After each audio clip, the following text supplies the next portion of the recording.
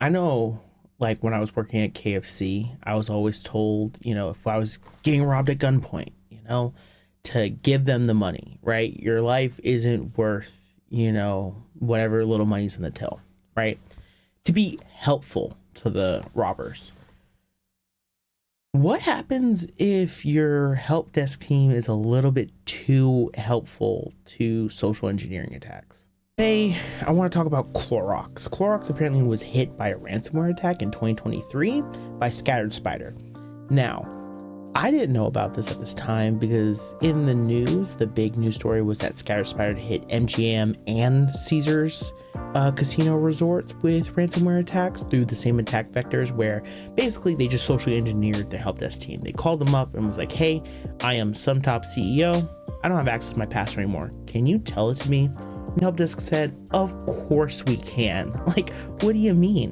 And when the MFA didn't work, they reset it to the attacker's phone number. Of course, standard procedure. Not really. That's kind of the heart of this whole news story. Clorox is now suing their help desk team because they didn't follow protocol and let these attackers gain full access to their entire systems. Now, this ransomware attack, even though it kind of went underneath the radar, was a huge attack on Clorox. It shut down their supply chains. It messed up all of their manufacturing to the point where it cost them $49 million in revenue, which is a lot of money for a company that just makes bleach. Clorox's complaint is that Cognizant, had gross negligence and, didn't follow proper protocol, even though Cognizant is pushing back saying that, hey, they only engaged us for a narrow scope. It was actually their faulty, internal system that allowed them to get breached so easily. It had nothing to do with us. And that is why, we're getting these transcripts put out now that Clorox showed, it was our faulty systems when your help desk is legitimately resetting passwords for attackers.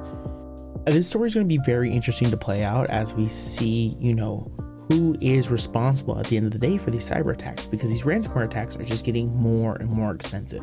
If you don't pay the ransom, you end up paying it in damages later. And if you don't pay it monetarily, you're paying it in reputation. Now, what's important to know about Scattered Spider is that this is their MO. They specifically target help desk employees because they know that if they just sound desperate enough and social engineer their way through, they can get a password reset and get access into their internal system. Like I said, they hit MGM Resorts, Caesars Entertainment, Okta's customer support team, and now Clorox is what's been identified, and we don't know who else has been hit, has not been publicly tied to them yet. But anyway, continue to follow me for more cyber breakdowns and other stories and whatnot. Let me know if you want me to talk about anything or explain anything a little bit further in details, and I'll see you then.